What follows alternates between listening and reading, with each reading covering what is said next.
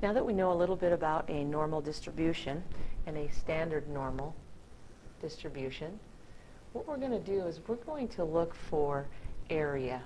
Area is the amount of space. So if I was to divide the normal curve right in the center, we could see that there are 50% of the data laying on this side of the center or mean, and there are 50% on the other side. But what we're worried about is not those 50%, but what if I fell 2 standard deviations above center? How much in terms of percent would be to the right of that? And then what percent would be to the left? So in order to do this, we need to know what we call a z-score. So we're going to draw some pictures here, and this is very much out of context. It's just learning the procedure, and then we'll put it into a context. So here's my picture of my normal distribution, and I'm going to find where z is equal to 1.7. Z is called my standard score, and it's the number of standard deviations you are away from the mean. So I'm 1.7. So in my standard normal distribution, this is 0. I'm 1, 2, or 3. So I'm 1.7. So I'm between 1 and 2 and a little bit closer to 2. And the question asks, I want to know the area to the left. So to shade that, I want to know the area on this side of that mark. I can see it's more than 50%. That's about all I can really tell. So in order to determine that, there have been tables made to show you the area for particular z-scores. So this table is found in your textbook on page 406 and 407.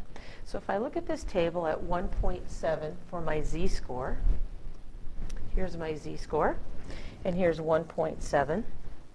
And if I go straight across, this number right here, 0.9554, is the area on this side of the curve. Notice the table always reads to the left.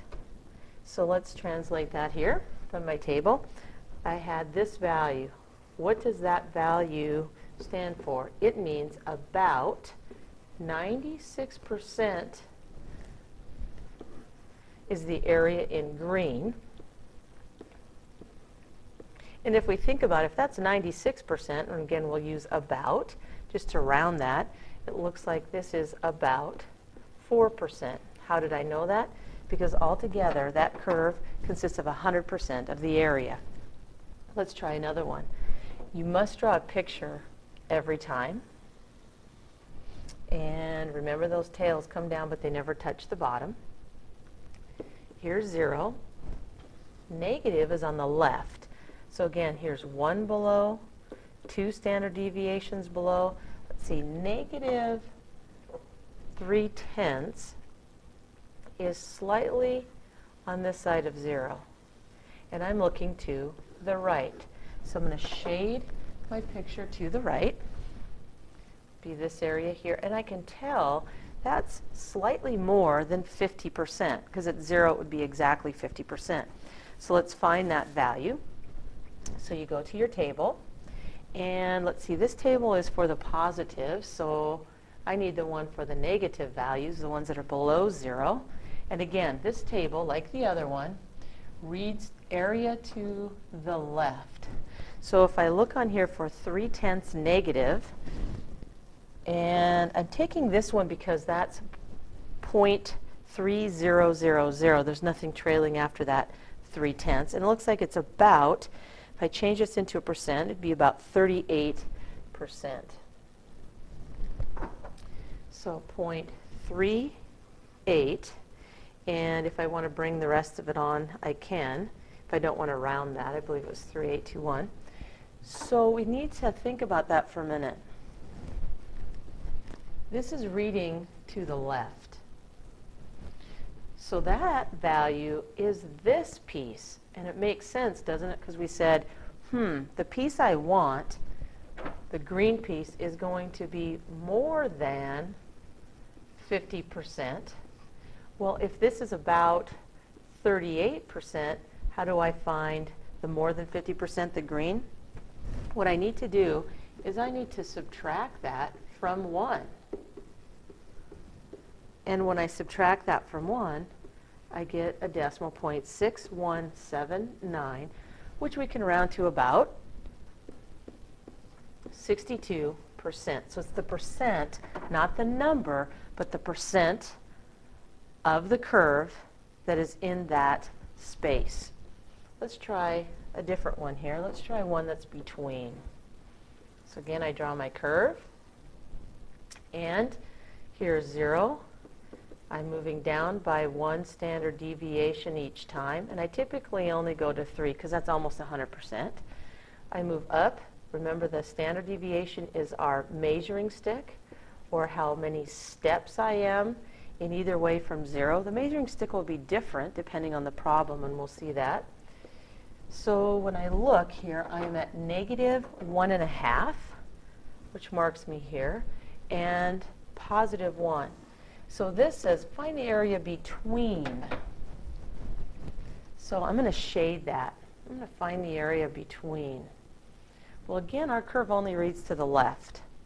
So I'm going to find all the area to the left of 1 standard deviation. I'm going to find all of this in green.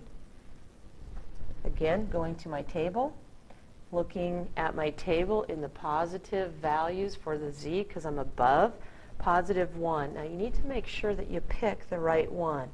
1.0, not 1/10. There's nothing after it. So it looks like about 84%. So the green area is 84%. Well, we know that's too much. I want only this part of the green. So this is the too much part. Well, if something's too much, then we're going to subtract. And so I'm going to subtract that piece off, and I'll just color it in so you can kind of see what piece I am subtracting. I'm going to subtract this little piece here.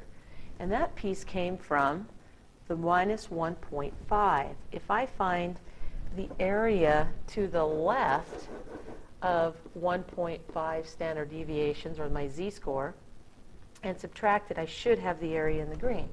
So again, going back to that table, and I want to subtract off the negative 1.5. So I need to get to the right table.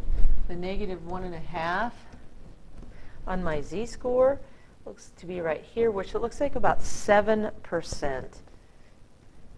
7%. So I'm going to take off the red area, which is 7%, again if I round that. So it looks to be about 77%. So the green in between those looks to be about 77%. So that's how you find z-scores on your table and find the corresponding areas. The areas are percentages or proportions. So we'll put this in a context in the next lecture.